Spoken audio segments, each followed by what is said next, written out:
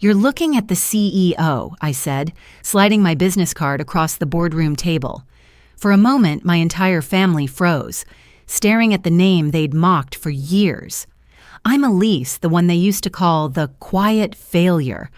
They thought I was just doing admin work, while I was quietly building a private equity empire. And on the day they needed a signature to close their biggest deal, $80 million, they realized I was the one holding the pen. You won't believe how we got there. Before we dive into the story, let me learn a bit about you. If you're a charming lady, please leave the number 1 in the comments, and if you're a dashing gentleman, leave the number 2. This way I can send you a special greeting. Now let's start the story together. I spotted Sabrina before she spotted me. She stood near the bar, one hand on her hip, the other swirling a champagne flute, dressed in a crimson jumpsuit that probably cost more than my rent. As I stepped onto the rooftop terrace, she turned, eyes narrowing just a little. "You made it," she said, pausing on the word like it needed explanation. Her gaze slid down to my camel blazer, Nordstrom rack, $70, and still my most expensive jacket. "I told them you'd show up looking like a Target mannequin." I smiled, keeping my tote close. "Good to see you too, Sabrina." She leaned in, cheek-kissed me with the hollowness of someone who only hugs when a camera flashes. "You're just in time. We're celebrating something big." The terrace was already humming. Rooftop heaters cast a soft glow on everyone's cheeks, and a quartet played jazzed-up versions of old holiday songs. Waiters weaved through the crowd with trays of mini quiches and turkey sliders, while a sculpted ice sculpture of the Preston Group logo gleamed near the center table. Logan barely looked up from his phone as I approached.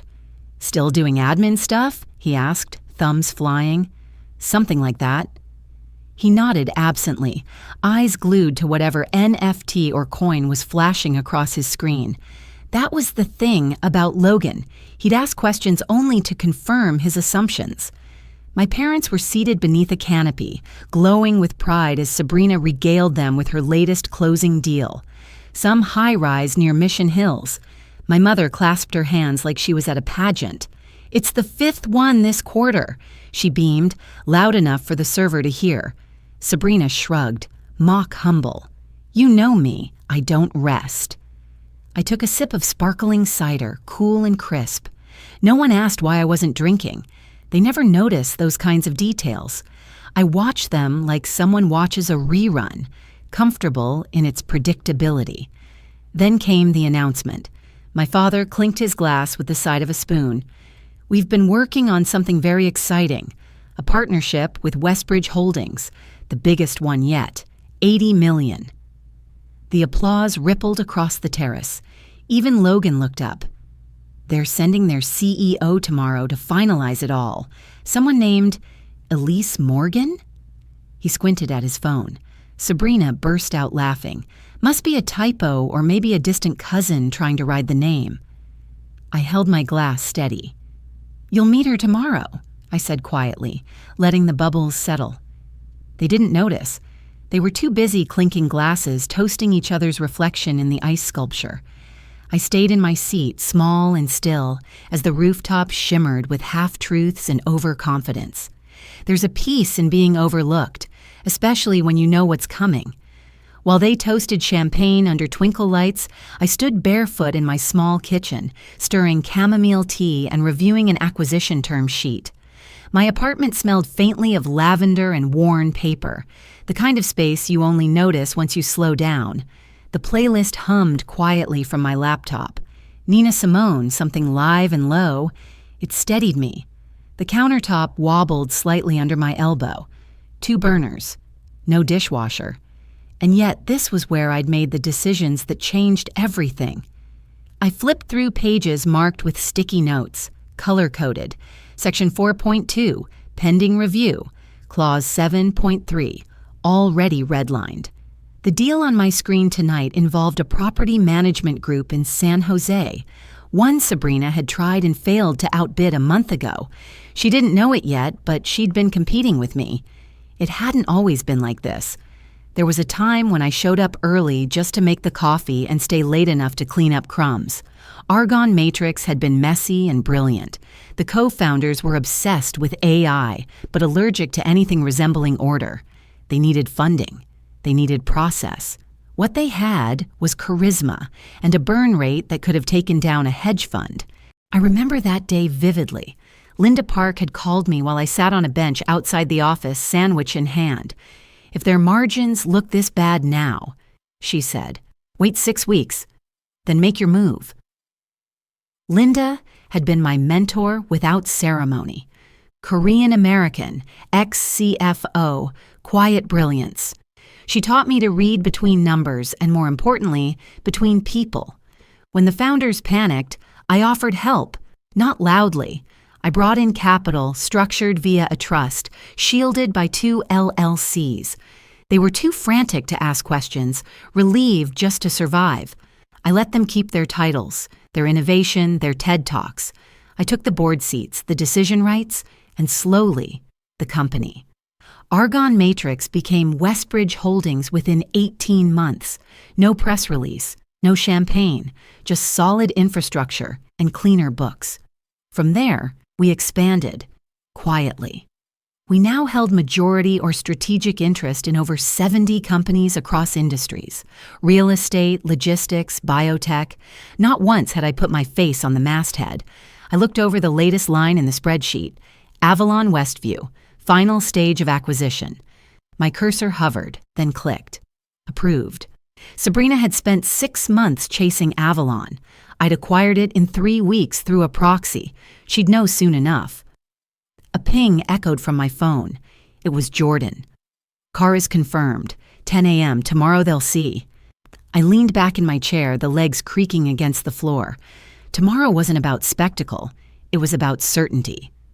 They always said I was quiet.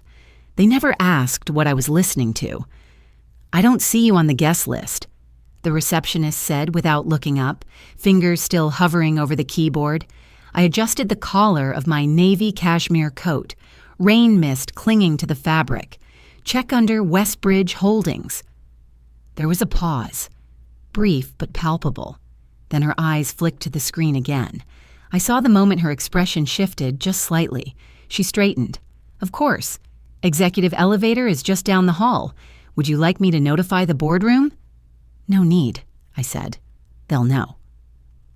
Langston Tower was a monument to glass and silence, the kind of building where voices echoed in marble and decisions carried weight even before they were spoken. My heels tapped softly as I crossed the lobby, each step measured, unhurried. The quiet had its own rhythm, and I let it guide me. Jordan was already waiting by the elevators, tailored and composed. He handed me a leather folio. "Contracts are final. All NDA coverage is still intact. Press embargo holds through noon. Clause 7.2 is in?" I asked, thumbing through the pages. "Confirmed. Any leadership restructuring is at Westbridge's sole discretion. Operational oversight clause is bolded." I nodded once. The elevator opened, polished metal catching a ripple of light. Inside, we didn't speak, just the faint hum of movement and the quiet breath of anticipation. As the doors parted on the 40th floor, a wall of glass greeted us. Behind it, the Preston Group's boardroom bustled. I could see them through the partition. Sabrina pacing, Logan on his phone, our father adjusting the knot of his tie like he was preparing for a magazine shoot. My mother sat near the end of the table, gesturing with her hands as she spoke, probably about legacy, always about legacy. They looked composed, confident, pleased with themselves. I stayed just outside the glass, letting them talk. 10 minutes, Jordan murmured, checking his watch. I glanced down at the folder in my hands. The Westbridge Holdings letterhead looked clean, neutral, unassuming. Just ink and logic, no flourish. The documents inside held the kind of power that didn't ask for applause. It simply required a pen. I rehearsed the words I would use. Not dramatic, not emotional, just professional, clear, efficient. They'd taught me that emotion diluted credibility. I'd learned to sharpen mine into something quieter, more precise. 9:59. Jordan reached for the handle. At 10 o'clock sharp, the boardroom door opened with a soft click. The voices inside trailed off. Heads turned. 4 faces stilled, confusion breaking first in Logan's brows, then Sabrina's parted lips. I stepped in without hesitation, the folder held firmly in my left hand. "Let's begin," I said, placing it on the glass table with deliberate calm. My business card slid across the glass table like a silent verdict. No title embellishments, no logo clutter, just black ink on ivory stock. Elise Morgan, CEO, Westbridge Holdings. For a full 5 seconds, no one moved. Sabrina's brow furrowed first, confusion tightening into disbelief. Logan shifted in his chair, his fingers curling around the armrest. My father blinked twice as if willing the card to rewrite itself. My mother reached for her pearls, thumb grazing them like a nervous tick. "You're joking," Sabrina said, finally breaking the silence. "This is some kind of game, right?" I met her eyes. "No game." Logan leaned forward, eyes narrowed. "You scheduled meetings, sent birthday texts. You wore the same coat for 5 years." I didn't respond right away. Instead, I opened the leather folio Jordan had passed me and withdrew 4 sealed envelopes. One by one, I placed them in front of each of them, letting the sound of paper against glass punctuate the room. "These are the final investment agreements," I said. "Westbridge is prepared to move forward under our terms." Sabrina tore hers open. The rustle of paper was sharp in the silence. Her voice wavered as she flipped through pages. "This clause, this oversight structure, that wasn't in the draft we reviewed." "That's clause 7.2, I replied. "It grants operational authority to Westbridge until the Preston Group regains solvency." Logan's jaw clenched. "You can't just rewrite everything." "You should read Section 11, I said, calm. "The previous draft was non-binding. This version reflects current leverage conditions." My father's voice broke through, strained. "You've been watching us? This whole time?" I nodded once. "Not watching. Investing." I turned to Sabrina. "You remember Avalon Westview? The project you pitched last quarter? That deal closed through one of our shell companies." She stared at me, mouth open. I looked to Logan. "Your crypto lending firm? We hold its largest unsecured note. You've been using our capital without knowing it." My mother exhaled sharply. "You hid this from us." I kept my voice even. "You didn't ask, and when you did, you assumed I had nothing worth hiding." My father's hand pressed against the table. "This is outrageous." "This is structural," I said, "not personal." I stood slowly, smoothing the crease in my skirt. The room had begun to contract, the walls closing in, not on me, but on the myth they'd built around themselves. The Preston Group is over-leveraged, under-structured, and hemorrhaging trust. This agreement is not charity. It's triage. Sabrina's hands trembled. She was still reading. "And effective immediately," I added. "Project leadership will shift." "Sabrina, you'll move into a strategic advisory role." "You can't do that," she said, voice cracking. "I just did." I turned to Logan. "Your portfolio will be placed under internal review. We'll determine what's worth keeping." He stared down at the paper in front of him, color draining from his face. My father's fists were clenched now. "You're dismantling our legacy." "No," I said, walking to the head of the table. "I'm preserving what's left of it." Jordan moved forward, placing a sleek Mont Blanc pen beside each envelope. "Sign," I said quietly, meeting each of their eyes. "Or I call your loans due. You're out of options. Let's proceed." My father signed first, not with pride, but with a tremble. He didn't look at me as the pen scratched across the signature line. His eyes stayed fixed on the paper, jaw tight, the way he used to look when coaching us through algebra problems. But this wasn't a lesson, it was a concession. Sabrina was next. She flipped through the packet again, as if hoping the words would rearrange themselves. Her hand hesitated at the bottom of the page. She glanced at me, and for the first time in my life, I saw doubt behind her certainty. No venom, just confusion. and maybe fear. She signed anyway. Logan didn't speak. His cheeks were pale.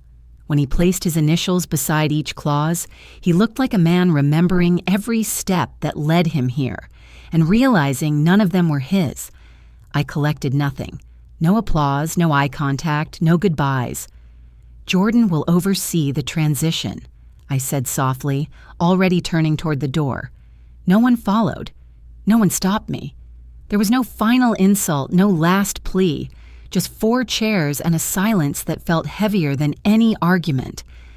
The late afternoon sun slipped toward the water as I stepped into the car. The city outside the window blurred with movement, but I stayed still, holding only the quiet. Back at my penthouse in La Jolla, the air smelled of cedar and lemon. A breeze curled in from the open balcony, rustling the linen drapes. Jordan placed the folder on the console table without speaking. He knew. This wasn't victory. It was release. I walked barefoot into the study, the wood floor cool underfoot.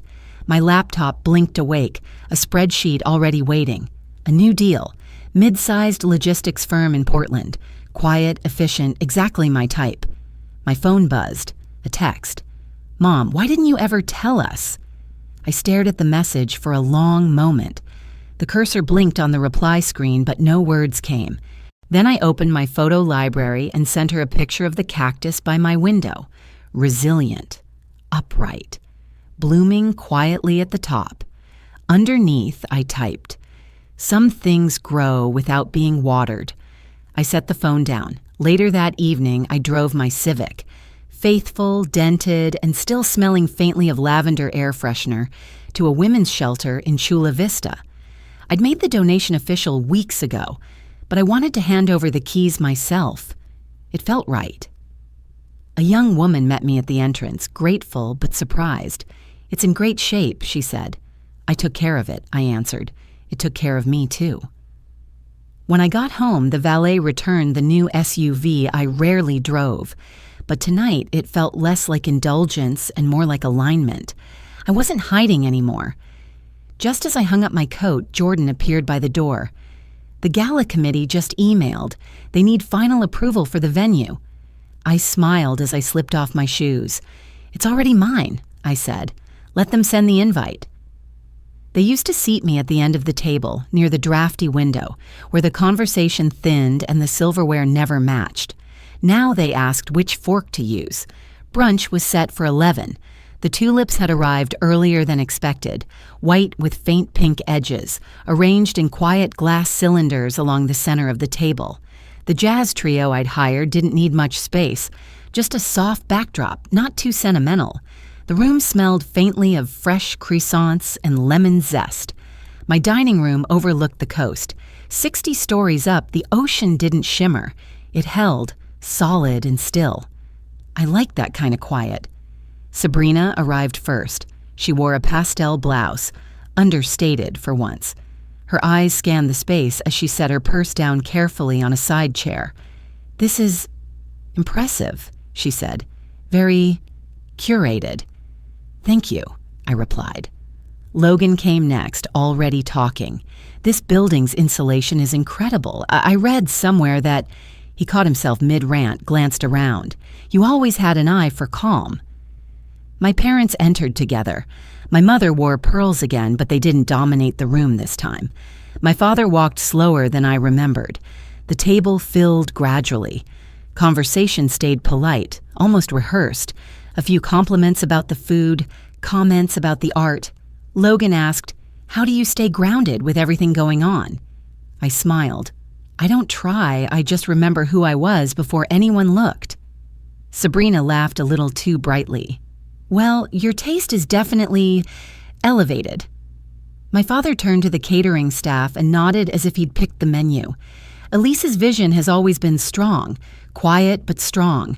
We always said that." I said nothing. Sometimes silence is the most generous reply. Plates were cleared.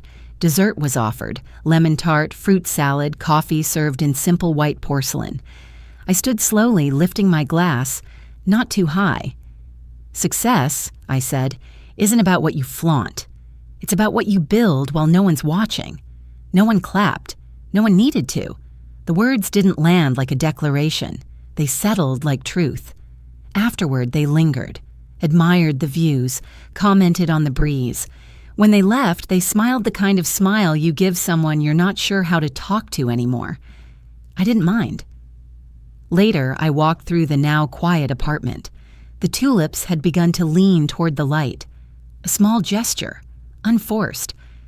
I poured myself one last cup of coffee and stood by the window. They once called me invisible, but I never needed their eyes. I just needed my own. That morning, as the ocean stretched quietly beyond my window and the dishes from brunch waited to be cleared, I realized something simple. Peace doesn't arrive with applause. It settles when you no longer need it. For years, I tried to earn my place at their table. But sometimes, the lesson isn't about being seen. It's about learning you were enough all along. In this life, respect that is demanded rarely lasts. But respect that's built quietly can echo for years. If this story reminded you of a time you found your strength in silence, I'd love to hear it. Feel free to share your thoughts. Sometimes the quietest voices carry the deepest truths.